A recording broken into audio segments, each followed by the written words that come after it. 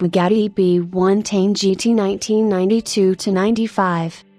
The Bugatti EB110 is a mid-engine sports car produced by Bugatti Automobili S.p.A. from 1991 to 1995, when the company was liquidated. It was the only production model made by Romano Ardioli's Italian incarnation of Bugatti.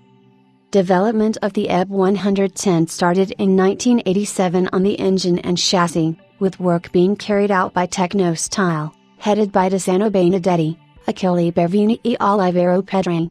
The trio had worked on the Lamborghini Miura chassis and engine development and had subsequently established their own company, which was known to Ferruccio Lamborghini and Paolo Stanzini, who were involved in early talks with Romano Ardioli.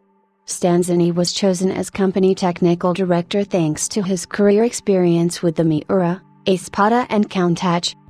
Several designers received copies of the chassis drawings in order to propose styling for the bodywork: Paolo Martin, Giorgio Giugiaro, Nuccio Bertoni and Marcello Gandini. Bertoni proposed a design prepared by Marc Deschamps, who will style the B. Engineering Edness in 1999, but soon after lost interest in the project. That same design would be presented again as Bertoni Lotus Emotion.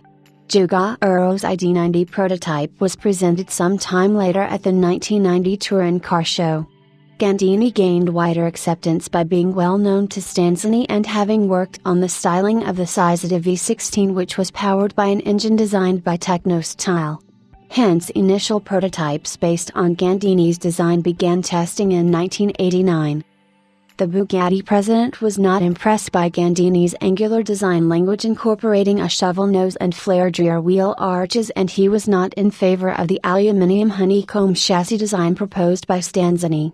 Gandini made a second iteration of the design with softer lines, revised front and rear lights, as well as subtly different proportions for the rear wheel arches, styling cues also visible in the Maserati Chubisco of 1991.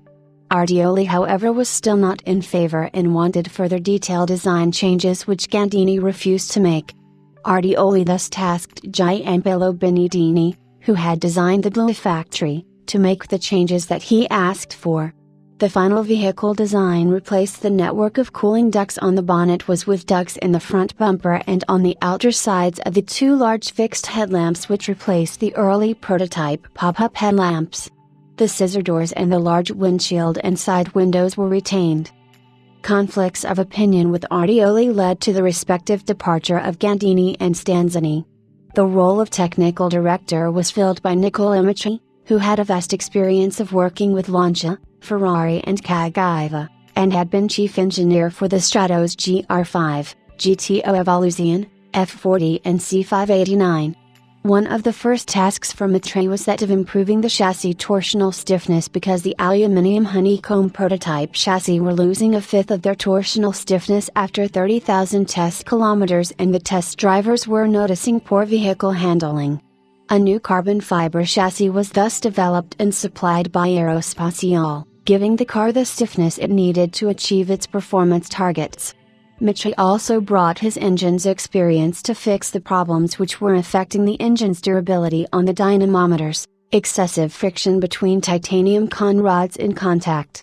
He then moved on to recalculating the front-to-rear torque distribution. Test drivers Jean-Philippe Vitcock and Loris Biaggi stated that the cars were understeering too much, so Mitre altered the torque distribution from 40:60 to 27:73, and the drivers were satisfied with the handling improvement. The car had many innovative technologies that were scarcely used by the automotive industry at the time of its introduction, such as a carbon fiber monocoque chassis, active aerodynamics, and an all-wheel drive system for better handling. The design elements of the car paid homage to the distinctive Bugatti automobiles of the past.